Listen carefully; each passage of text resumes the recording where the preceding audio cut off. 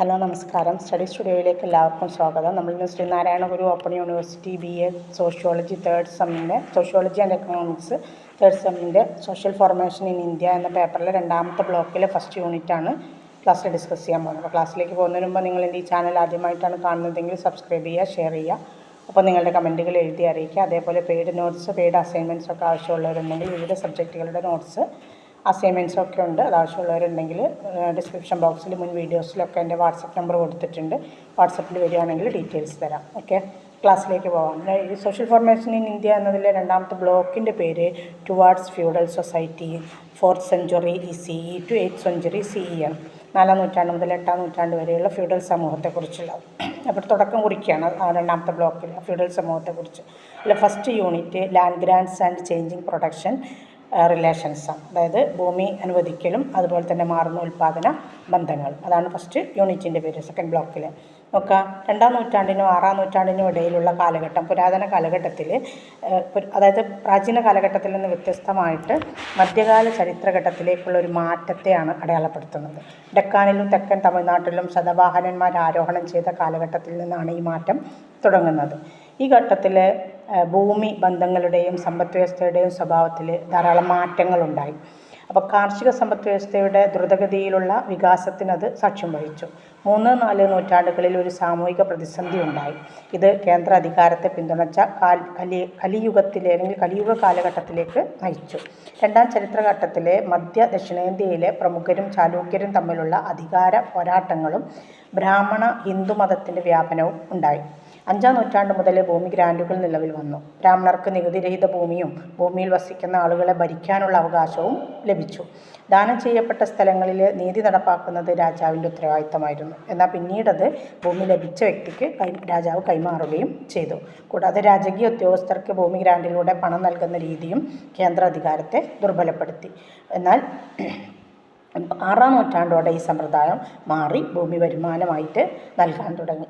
വരുമാനത്തിൻ്റെ 1/3 പൊതു ഉദ്യോഗസ്ഥർക്കായിട്ട് നീക്കിവെച്ചു. ഇത് ഭൂപ്രഭുത്വത്തിൻ്റെ ഉയർച്ചയ്ക്കും വിധേയ കർഷകരുടെ, അതായത് അടിയാന്മാരായ കർഷകരുടെ ഉയർച്ചയ്ക്കും കേന്ദ്ര അധികാരത്തിൻ്റെ ദുർബലതയ്ക്കും കാരണമായി. ഇനി royal land grants to Brahmins, ബ്രാഹ്മണർക്കുള്ള രാജകീയ ഭൂമി ഗ്രാൻഡുകൾ. ബ്രാഹ്മണർക്ക് രാജകീയ ഭൂമി അനുവദിച്ചതിനെക്കുറിച്ചുള്ള ആദ്യകാല പരാമർശങ്ങളെ മഹാഭാരതം ഉൾപ്പെടെയുള്ള പിൽക്കാല വേദകാല ഗ്രന്ഥങ്ങളിൽ കാണുന്നുണ്ട്. ദാനപർവ്വതത്തിൽ, അങ്ങനെയുള്ളൊരു ഗ്രന്ഥമായ ദാനപർവ്വത്തിൽ 3 പ്രധാന ദാനധർമ്മങ്ങളെ പരാമർശിക്കുന്നുണ്ട്. സ്വർണം, അതായത് ഹിരണ്യദാനം എന്ന് പറയും. 2ാമത്തത് കന്നുകാലികളാണ്, ഗോദാനം. 3ാമത്തത് പൃഥ്വിദാനം, ഭൂമി ദാനമായിട്ട് കൊടുക്കുന്നത്. ഇതിൽ ഭൂമി ഏറ്റവും വിലപ്പെട്ടതായിട്ട് കണക്കാക്കപ്പെട്ടു. ധർമ്മശാസ്ത്രവും പുരാണങ്ങളും ബ്രാഹ്മണർക്കുള്ള ഭൂദാനങ്ങളെ അത്യധികം പ്രശംസിക്കുന്നുണ്ട്. രാജകീയ ഗ്രാൻഡുകൾ വഴി സ്ഥാപിച്ച ബ്രാഹ്മണ സെറ്റിൽമെൻറ്റുകൾക്ക് നികുതിയിൽ ഇളവും ലഭിച്ചിരുന്നു. അതിൻ്റെ ആദ്യ സൂചന അർത്ഥശാസ്ത്രത്തിലാണ് കാണുന്നത്. രാജാക്കന്മാർ ബ്രാഹ്മണർക്ക് ദാനം ചെയ്ത ഭൂമി നികുതിരഹിത ഭൂമി ആയിരിക്കണം എന്ന് അതുപോലെ ബൃഹസ്പതി സ്മൃതിയിലും പറയുന്നുണ്ട്. പടിഞ്ഞാറൻ ഡെക്കാനിലെ നാനേഘട്ടിലും നാസിക്കിലും രാജകീയ ഭൂമിയുടെ ആദ്യകാല ലിഖിതങ്ങൾ കണ്ടെത്തിയിട്ടുണ്ട്. ബ്രാഹ്മണർക്ക് അനുവദിച്ച ഗ്രാമങ്ങൾ അഗ്രഹാരങ്ങൾ അല്ലെങ്കിൽ ബ്രാഹ്മദേയങ്ങൾ എന്നാണ് അറിയപ്പെട്ടിരുന്നത്. വൺ വേർഡ് വരും കേട്ടോ.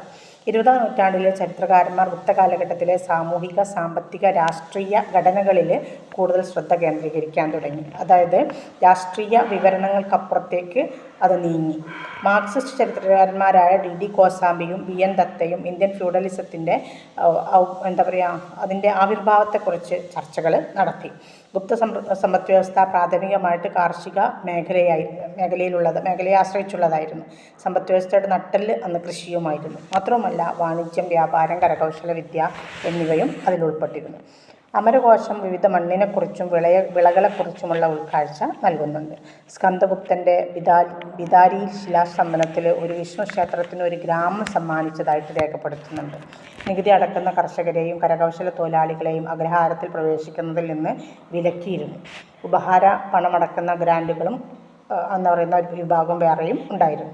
ബീഹാറിൽ നിന്നുള്ള ഒരു ശാസനത്തിൽ കുമാരഗുപ്ത രാജാവിൻ്റെ സഹോദരി ഭർത്താവ് കൂടിയായിരുന്ന ഒരു മന്ത്രി ഒരു യാഗസ്ഥലം, യൂപ്പാസ് എന്ന് പറയും, യാഗം നടത്തുന്നതിനുള്ള സ്ഥലം യൂപ്പാസ് സ്ഥാപിക്കുകയും ക്ഷേത്ര പരിപാലനത്തിനായി 2 ഗ്രാമങ്ങളിൽ നിന്നുള്ള ഓഹരികൾ നൽകുകയും ചെയ്തതായിട്ട് രേഖ. അപ്പോൾ രാജാക്കന്മാർ തന്നെ അത്തരത്തിലുള്ള ദാനങ്ങൾ കൊടുത്തിരുന്നു എന്നുള്ളതിൻ്റെ ഒരു തെളിവാണത്. 5ാം നൂറ്റാണ്ടിലെ പുലാംകുറിച്ചി ലിഖിതത്തിൽ ഒരു ബ്രാഹ്മണ എന്താ പറയുക ബ്രാഹ്മണ ഖയ എന്ന് പറയുന്ന ഒരു വാസസ്ഥലം സ്ഥാപിച്ചതായിട്ട് രേഖപ്പെടുത്തുന്നുണ്ട്. എന്നാൽ ബംഗാളിൽ നിന്നുള്ള ലിഖിതങ്ങൾ സൂചിപ്പിക്കുന്നത് സ്വകാര്യ വ്യക്തികളും രാജകീയ ഉദ്യോഗസ്ഥരും ഭൂമി ഗ്രാൻറ്റുകളിൽ സംഭാവനകൾ നൽകിയിരുന്നു എന്നാണ്.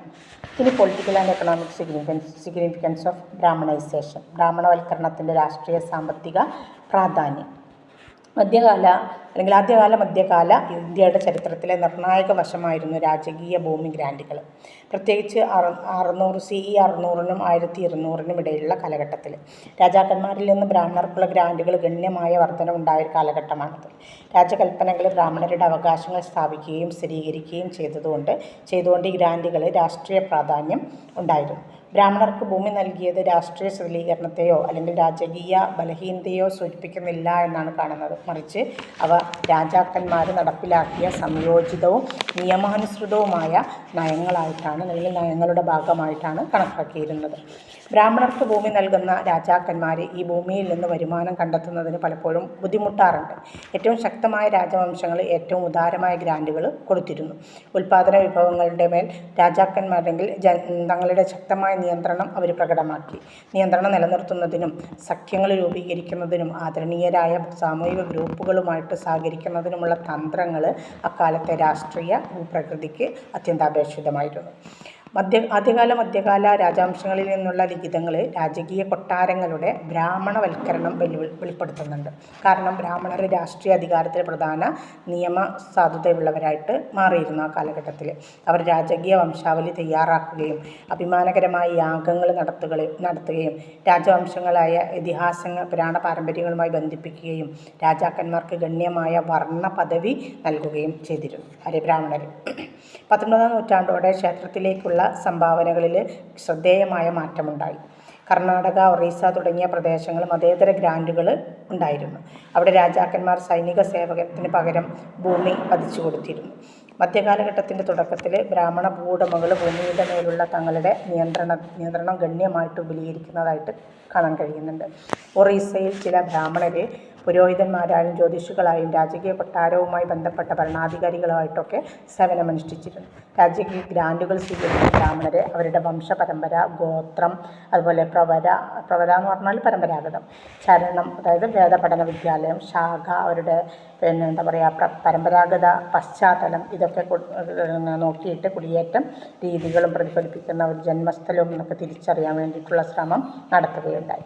ആദ്യകാല ബ്രാഹ്മണ സാഹിത്യം കിഴക്കോട്ടുള്ള ചലനത്തെ അതായത് കുടിയേറ്റത്തെ പ്രതിഫലിപ്പിക്കുന്നുണ്ട്. അതായത് ബ്രാഹ്മണർ കുടിയേറിയവരാണ് എന്നുള്ള ധാരണയുണ്ട്. 10-ാം നൂറ്റാണ്ടോടെ പഞ്ചഗൗഡന്മാരും വടക്കൻ ബ്രാഹ്മണരും പഞ്ചദ്രാവിഡരും അതായത് തെക്കൻ ഗ്രൂപ്പുകൾ, ബ്രാഹ്മണരിലെ തെക്കൻ ഗ്രൂപ്പുകളും തമ്മിലൊരു വിഭജനം ഉണ്ടായി. പഞ്ചഗൗഡന്മാരിൽ സരസ്വത, അതുപോലെ ഗൗഡ, കന്യാകുബ്ജ, മൈഥില, ഉത്കല തുടങ്ങിയ ബ്രാഹ്മണരാണ് ഉൾപ്പെട്ടിരുന്നത്.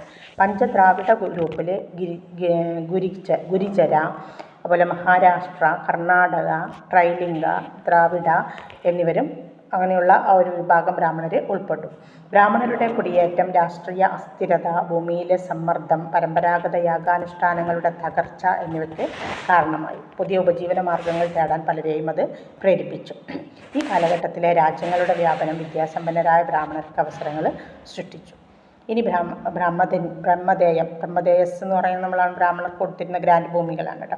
ചോള സാമ്രാജ്യത്തിൽ നിന്നുള്ള ഭൂമി ഗ്രാൻഡ് ലിഖിതങ്ങൾ ഗ്രാൻറ്റുകളിൽ പലപ്പോഴും ഭൂമി മാത്രമല്ല നിധിശേഖരങ്ങളും മറിഞ്ഞിരിക്കുന്ന നിക്ഷേപങ്ങളും വനങ്ങളും അവകാശമില്ലാത്ത സ്വത്തുക്കളും ഉൾപ്പെടുന്നു എന്ന് വെളിപ്പെടുത്തുന്നുണ്ട്. ബ്രാഹ്മണരുടേതായ അല്ലെങ്കിൽ ബ്രഹ്മദേയ എന്ന് പറയുന്ന ഭൂമി ഗ്രാൻറ്റുകൾ ചെറിയ പ്ലോട്ടുകൾ മുതൽ മുഴുവൻ ഗ്രാമങ്ങൾ വരെ വലിപ്പത്തിൽ വ്യത്യസ്തമായിട്ട് ഉണ്ടായിരുന്നു.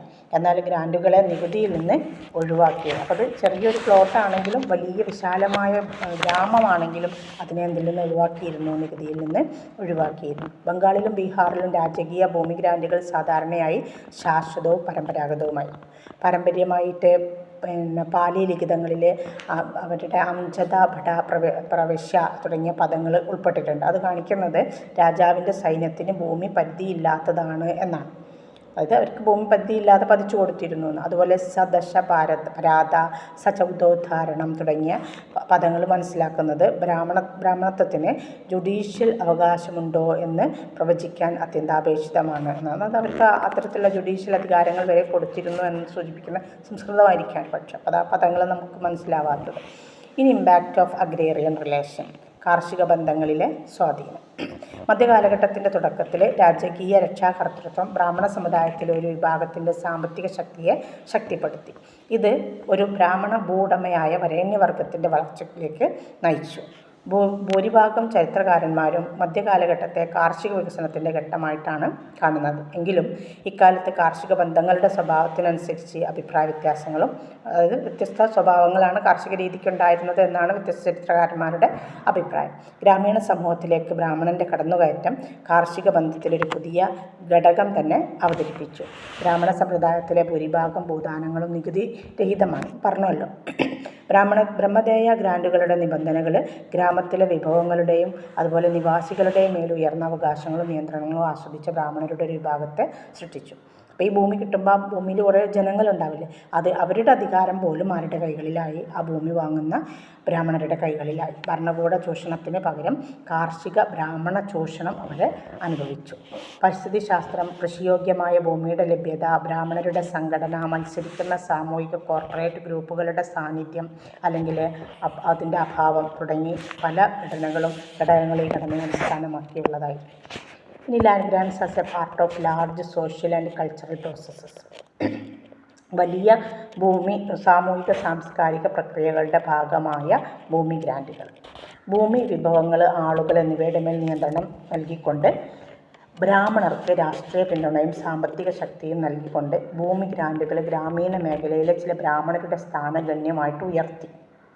തൽഫലമായി ബ്രഹ്മദേയ ഗ്രാമത്തിലെ ഒരു പ്രബല ജാതിയായിട്ട് ഉയർന്നു വന്നു.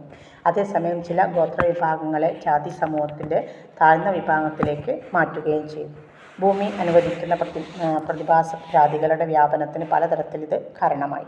ഉദാഹരണത്തിന് നിരവധി ഭൂമി ഇടപാടുകൾ രേഖപ്പെടുത്തേണ്ടതിൻ്റെ ആവശ്യകത ബ്രാഹ്മണരെ ഉപജാതികളുമായിട്ട് വിഭജിച്ചു. തമിഴ്നാട്ടിലും കർണാടകത്തിലും ശിവക്ഷേത്രങ്ങളുമായിട്ട് ബന്ധമുള്ള ശിവബ്രാഹ്മണർ ക്ഷേത്രത്തിന് മുമ്പിൽ ഇടപെടുന്നതിനാൽ ഒരു ഉപജാതിയായിട്ട് വേറെ പ്രത്യേക ജാതിയായിട്ട് ഉയർന്നു വന്നു. ഇത് വിവാഹ രീതികളിലും മാറ്റങ്ങൾ കൊണ്ടുവന്നു.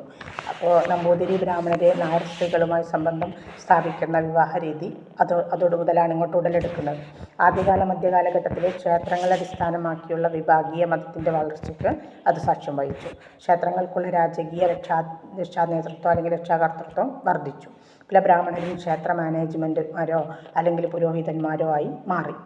മറ്റുള്ളവർ പ്രാധാന്യം കുറഞ്ഞ വേഷങ്ങൾ സ്വീകരിച്ചു.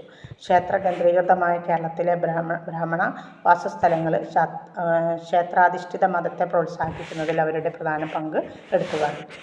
ബ്രാഹ്മണ ഗോത്രമതങ്ങൾ തമ്മിലുള്ള ആശയവിനിമയത്തിൻ്റെ ബിന്ദുവായി ബ്രഹ്മദേയങ്ങൾ പ്രവർത്തിച്ചു. അതായത് ബ്രാഹ്മണർക്ക് കിട്ടിയ ഭൂമി, ബ്രഹ്മദേയം എന്ന് പറഞ്ഞാൽ അത് പ്രവർത്തിച്ചു. അതിൻ്റെ ഫലമായി വിവിധ മതപരമായ സമന്വയങ്ങൾ ഉണ്ടായി.